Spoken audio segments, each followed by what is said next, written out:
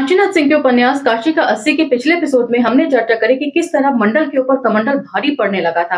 हालात ये हो गए थे कि अपने कहे जाने वाले लोग धीरे धीरे करके वीपी सिंह का साथ छोड़ चले थे।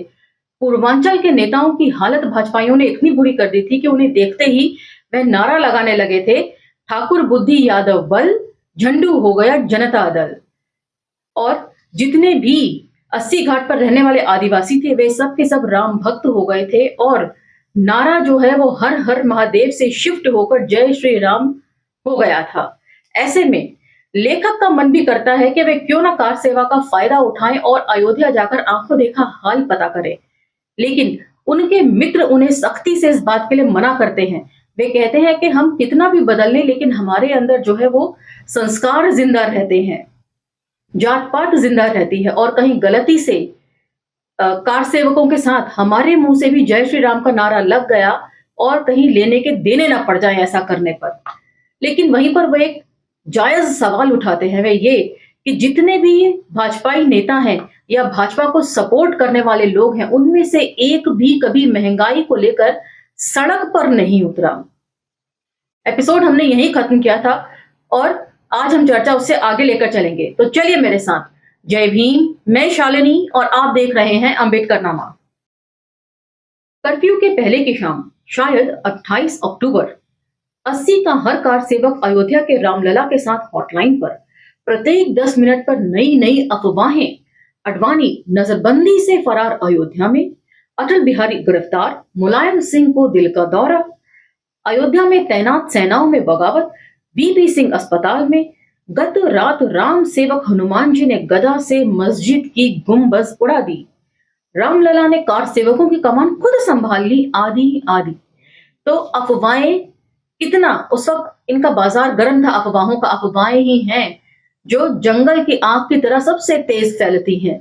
ये अफवाहें ही थी जिन्होंने फ्रांस की क्रांति करवा दी, इसलिए इनसे बचना चाहिए अनायास में।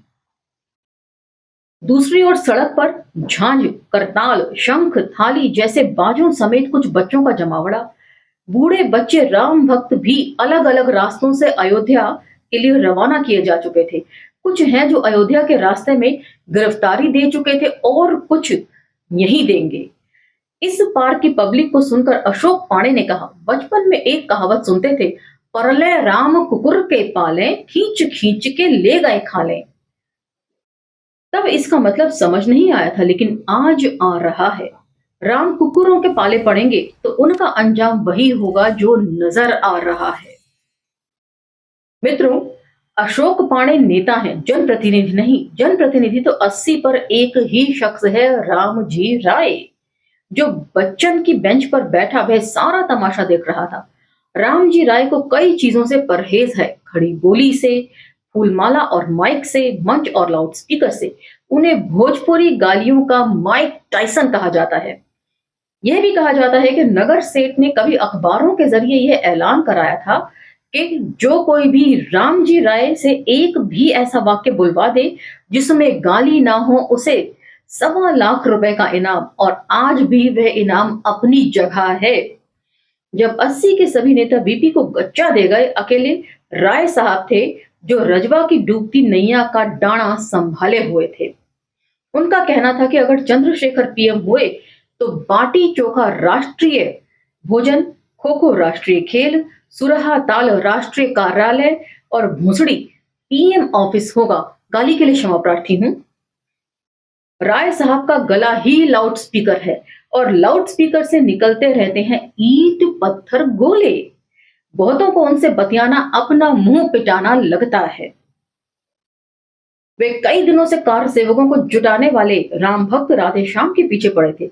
वे 80 के यूनिफॉर्म पे बेंच पर बैठे बैठे जिस किसी फालतू लड़के या भिखमंगे या साधु को देखते बुला लेते, यहाँ क्या उखाड़ रहे हो, अयोध्या जी क्यों नहीं जाते, देखो अगर रास्ते में पकड़े गए तो बढ़िया बढ़िया पूड़ी कचौड़ी मिठाई मोहन भोग मिलेगा, और अगर कहीं राधेश्याम की सरकार आ गई तो जो स्वतंत्रता सेनानियों को पेंशन मिलती है ना, वैसे ही पेंशन भी मिलेगी।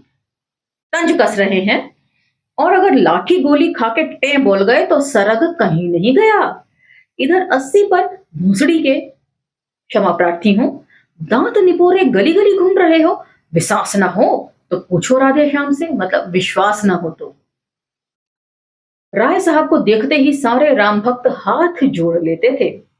अब तक 80 के फिनोमेना बन चुके राय साहब ने अकेले दम उनकी हालत बिगाड़ के रखी थी। मतलब राय साहब जो है वो सबके ऊपर तंज कस रहे हैं कि राम मंदिर के लिए जा रहे हो, कार सेवा देने जा रहे हो, लेकिन उसका नतीजा क्या होगा ये भी मालूम है। लोग ये सोच रहे होंगे बड़ा बढ़िया पकवान मिलेगा, पेंशन मिलेगी, ना जाने क्या क्या अच्छे दिन आ जाएंगे, लेकिन ऐसा कुछ हुआ नहीं। 1992 से लेकर आज तक अच्छे दिन के इंतजार में जनता भटक ही रही है। उस शाम कार सेवकों के जत्थे के नेता नारे का पहला बंद बोलता, राम लला हम आएंगे। जुलूस के बोलने से पहले ही इधर से राय साहब का लाउड स्पीकर बोलता, मस्जिद वहीं बनाएंगे। इधर से बच्चा बच्चा राम का, उधर से भाजपा के काम का। वे जब तक संभाले तब तक बेंच पर खड़े होकर राय साहब चिल्लाते, राम लला तुम मत घबराना, हम तुम्हारे साथ हैं। कंधे पर राम नामी गमछा, माथे पर चंदन की रेखाएं और चेहरे पर शांति और विश्वास की ऊर्जा। कौन कहता कि राय साहब राम भक्त नहीं है? उनका ये जलवा 80 की पब्लिक तब तक देखती रही जब तक कार सेवक खेत नहीं रहे। मतलब जब कार सेवक सारे चले गए तब तक उनका यही स्वरूप रहा। मित्रों, 30 अक्टूबर से लेकर 8 नवंबर के बीच में सारा कुछ हुआ जिसका इंतजार था। सरजू की जगह अयोध्या में खून की नदी बही, मस्जिद के ऊपर भगवा ध्वज लहराया। रामलला ने ऐलानिया कहा कि अगर हमारा घर नहीं बना तो तुम ही क्या, कोई भी सरकार नहीं टिकने पाएगी। बताइए, क्या कभी मूर्ति भी इस तरह बात कर सकती है? जद टूटा मतलब जनता दल। एक सरकार गिरी, दूसरी सरकार बनी, बनी तो क्या बनती सी नजर आई। और इधर 80 पर कर्फ्यू लागू हुआ और फिर हट भी गया। मैं जब शाम को पहुंचा तो हर तरफ जय श्री राम जय श्री राम। पप्पू की दुकान में भांग और चाय के लिए लोगों की धपापेल, लेकिन बच्चन की बेंच खाली, एक भी नेता नजर नहीं आया। अकेले राम बच्चन एक किनारे खड़े होकर खैनी ठोक रहे थे।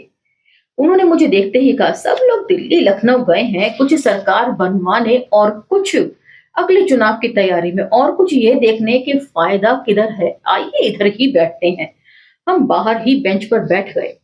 ऐसा लग रहा है जैसे एक बड़ी भारी बारात आई हो, जगह जगह टेंट गड़े हों, 10,000 बाराती इधर, 5,000 उधर, 4,000 इधर, 7,000 वहां। कढ़ा चढ़े हैं, हलवाई लगे हैं, कंबल दिए जा रहे हैं, बिस्तरे बांटे जा रहे हैं, कीर्तन हो रहे हैं, नाच गाना चल रहा है। महीनों से व्यवस्था में पुलिस लगी है और 7 नवंबर को बारात विदा हो गई। देश हल्का महसूस कर रहा है और बारातियों के चेहरे पर कोई खुशी नहीं। बीपी सरकार यही बाराती थी। तो उस समय के राजनीतिक हालातों के ऊपर व्यंग्य कस रहे हैं। बीपी सिंह के ऊपर भी व्यंग्य कस रहे हैं कि मंडल लाकर उन्होंने कमंडल को आमंत्रित किया, और ये जो कमंडल है ये वही बाराती थे। उन्होंने चैतन्य चूर्ण की हथेली मेरे आगे की, लेंगे नहीं, पान खाया है अभी, सुनाते चलिए। सुनाना क्या डॉक्टर साहब, गांव में भी बनिहार ठीक किया जाता है साल भर के लिए। माना जाता है कि साल भर फसल ठीक रहेगी, हम निश्चिंत रहेंगे, बीच में ये दगा नहीं देगा। मगर यहाँ 5 साल कौन कहे, 6 महीने में ही तय बोल रहे हैं। एक से बढ़कर एक हैं। जरा हर एक की सूरत देखिए, गाय कैसे दुही जाती है पता नहीं, दुहने के लिए किधर बैठना चाहिए, थन की छेमी कैसे पकड़नी चाहिए, बछड़े को कब लगाना चाहिए, कब छुड़ाना चाहिए, इधर से लगाना चाहिए, कब हटा लेना चाहिए, कुछ पता नहीं है। और चाहते हैं कि बाल्टी में 5 लीटर दूध आ जाए। अच्छा व्यंग्य है, गाय को माता मानते हैं लेकिन उसके बारे में कहीं किसी तरह की कोई नॉलेज नहीं है इन्हें। ये सब तो ठीक है पाणे जी, हम आपसे आपके नेता के बारे में सुनना चाहते हैं, वीपी सिंह के बारे में। मैंने सीधा पूछा। पाणे जी हंसे, आप भी तो गांव के ही हैं, जानते हैं घरों में मालिक कौन होता है। जो गाय भैंस दूहना जानता हो, खलिहान में चोरी ना कर सके, रुपए पैसे चुराना ना जानता हो, जितना दे दिया जाए, गिनना जाने या ना जाने, उसे संदूक में ज्यों का त्यों रखकर ताला लगाना जरूर जानता हो, तो डाक साहब जनता धूर्त को नहीं, मूर्ख को चाहती है। ये कोई पसंद नहीं करता कि आप जिस सीढ़ी पर चढ़ें, ऊपर पहुंचने के बाद उसे गिरा दें। मान लीजिए ऊपर पहुंचने के बाद कोई आपको झोंक दे, अगर सीढ़ी रहेगी तो किसी ना किसी डंडे पर संभल भी सकते हैं, झोंकने वाले से लड़ भी सकते हैं, लेकिन जब सीढ़ी ही नहीं रहेगी तब तो नीचे धड़ाम से गिरेंगे और उठने लायक नहीं रहेंगे।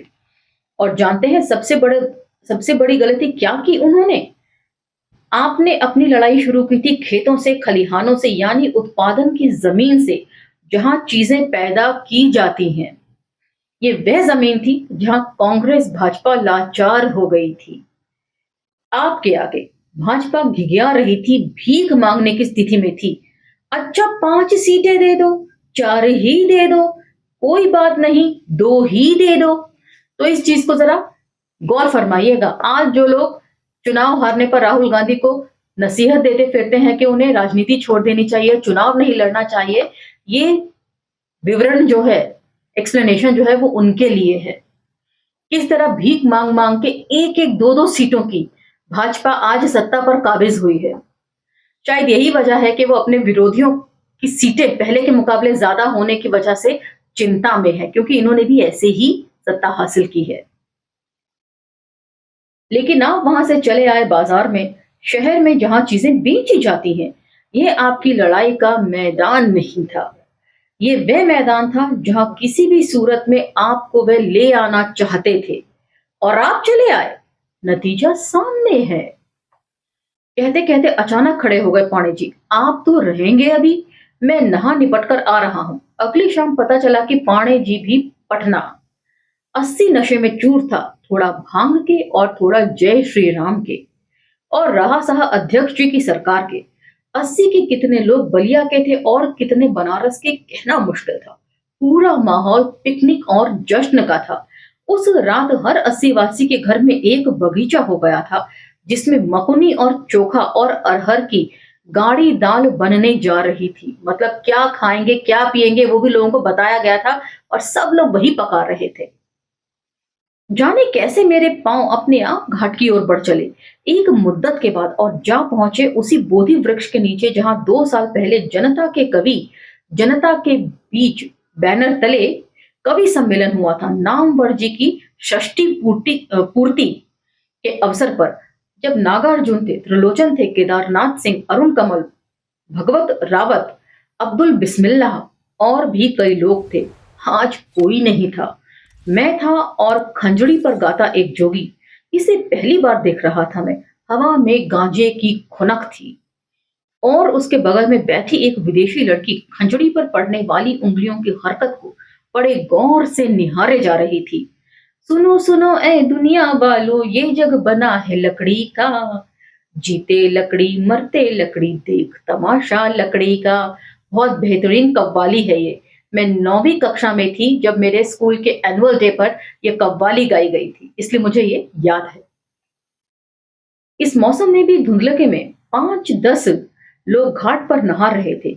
लहरों के हलकोरे सुनाई पड़ रहे थे और गाए जा रहे थे जोगी धूमी रमाए, पूरे बदन पर राख पोते, जटा जूट बढ़ाए और गांजे के लहराते तरन्नुम में।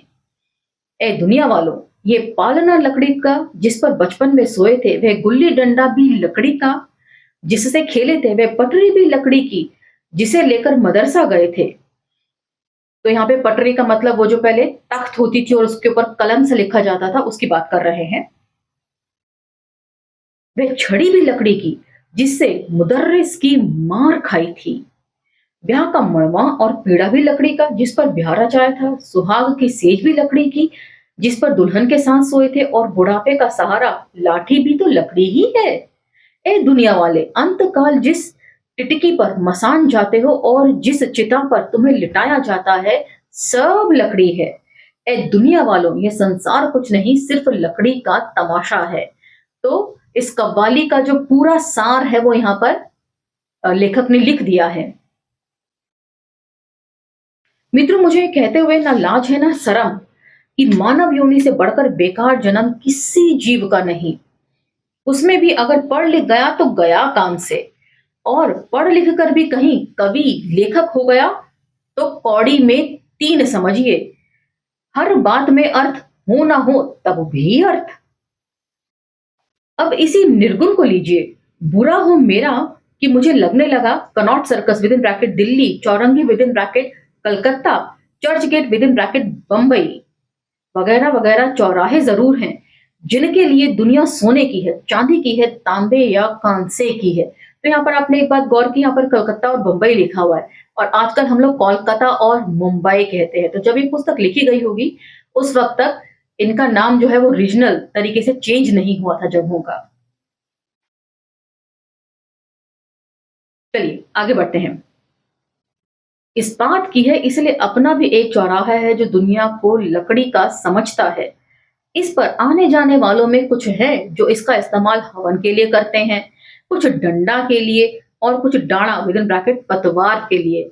काफी भावनात्मक व्यंग्य है ये, लेकिन जान सब रहे हैं कि ये दुनिया लकड़ी के सिवा कुछ भी नहीं। जब जब भूकंप आएंगे और दुनिया का जैसा हाल है उसमें आते रहेंगे, महल दो महले ढह जाएंगे, लेकिन ये लकड़ी खड़ी रहेगी। अगर खड़ी नहीं तो कम से कम पड़ी जरूर रहेगी। तो इसी के साथ आज का ये एपिसोड मैं समाप्त करती हूँ, और पहली कथा भी समाप्त होती है यहाँ पर। अगले एपिसोड में हम इसकी दूसरी कथा की तरफ बढ़ेंगे। आपको ये एपिसोड पसंद आते हैं तो लाइक शेयर सब्सक्राइब जरूर कीजिएगा। सोशल मीडिया के अन्य प्लेटफॉर्म्स पर भी आप हमें फॉलो कर सकते हैं। सभी वीडियोस जो हैं वो प्लेलिस्ट में आपको मिल जाएंगे। जब आप सब्सक्राइब किए हुए चैनल के ऊपर जाते हैं तो वहां वीडियोस के साथ प्लेलिस्ट का सेक्शन होता है। ये सारे वीडियोस आप जाकर वहां पर सुन सकते हैं यदि कोई वीडियो मिस होता है तो। इसी के साथ अब मुझे आज्ञा दीजिए, अगले एपिसोड में मैं फिर हाजिर हो जाऊंगी। तब तक के लिए जय भीम, धन्यवाद।